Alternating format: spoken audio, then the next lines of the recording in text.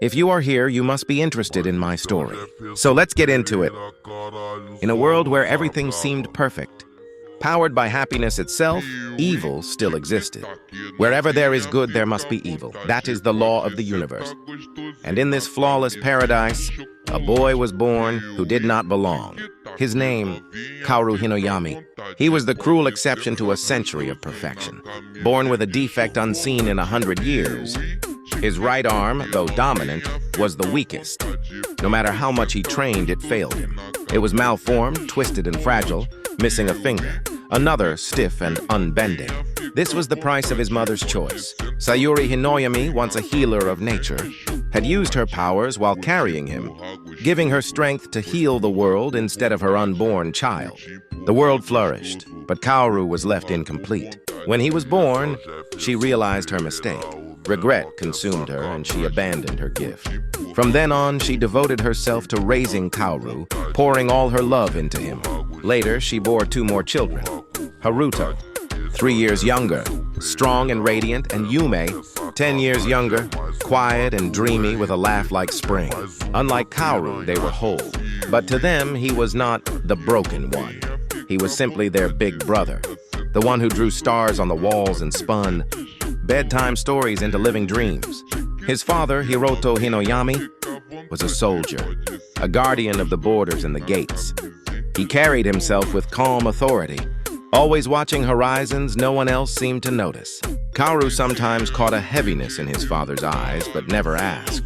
He was proud of him, proud and distant. For years, Kaoru was homeschooled. His mother feared the world outside would not understand him. But eventually, he was sent to join the other children. At school, they saw his hand first, and only that. They whispered, laughed, called him the broken artist. While others painted joy, Kaoru painted silence. Fractured things made whole again. Flowers blooming from cracks, light bleeding through torn canvas. He couldn't explain why, but deep inside, he wanted to fix everything he touched. His art wasn't about beauty, it was about healing. And yet everything he tried to heal seemed to wither. In this world, power was born from the heart, shaped by one's deepest desires. Some longed to fly and gained wings. Some dreamed to heal, to destroy, to create, to command. Kaoru never said what he wanted, but more than anything, he wished to be fixed. That silent wish buried itself inside him, twisting his gift before it could bloom.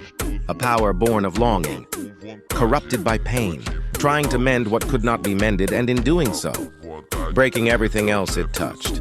Still he smiled. Still he laughed. He became a goofball, making others laugh so they wouldn't laugh at him. If they're happy because of me, he thought, maybe I can be happy too. But when the laughter faded, the doubts crept in like shadows at the edge of candlelight.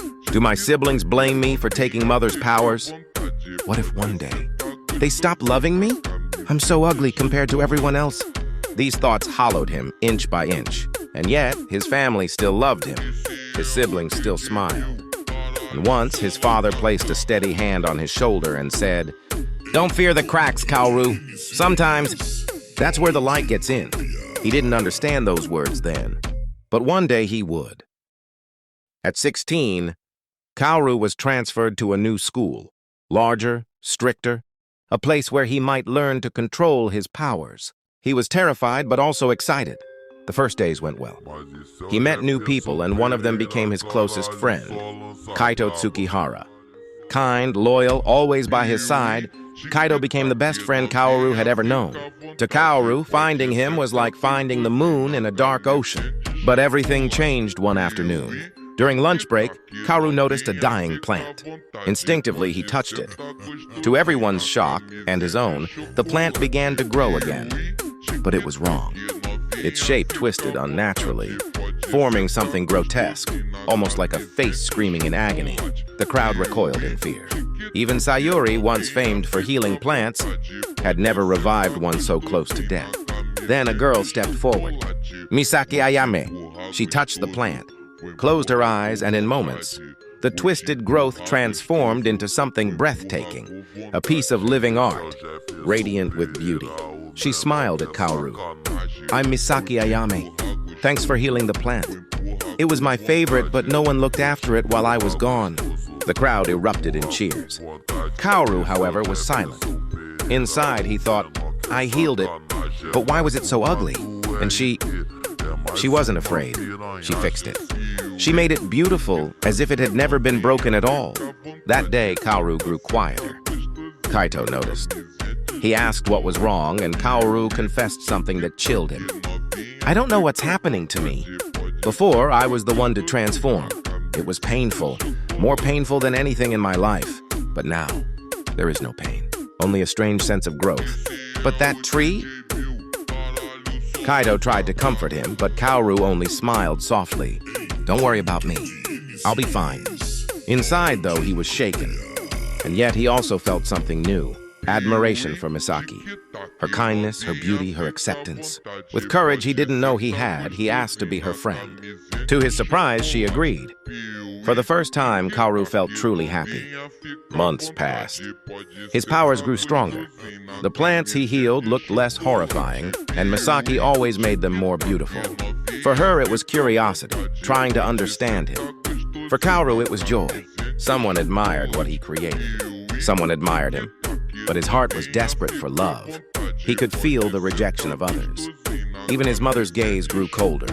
Only Kaito and Misaki kept his world from collapsing. And so one day, trembling, Kaoru confessed his feelings. "Misaki, it hasn't been long, but you're one of the best people I've ever met. I was wondering, would you be my girlfriend?" For a moment, silence. Then Misaki spoke words he never expected. "Kaoru, I don't want to hurt you.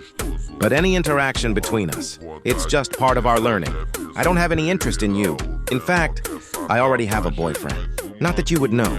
So please, don't say that again. If he finds out, it will be bad. Really bad for you."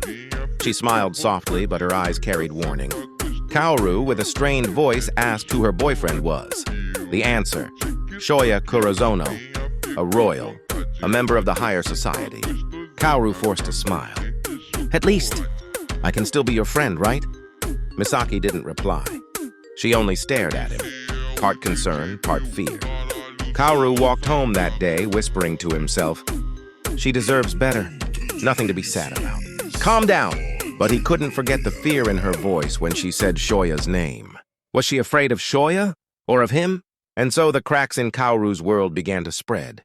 The boy who was never meant to exist had found joy, love, and hope, only to feel them slipping away. And the canvas of utopia was beginning to darken with ash. If you have any ideas, any questions, or any other art requests, comment it down. I will make a video on it. Like and subscribe so you don't miss the topic. And you can be a part of my story. Peace.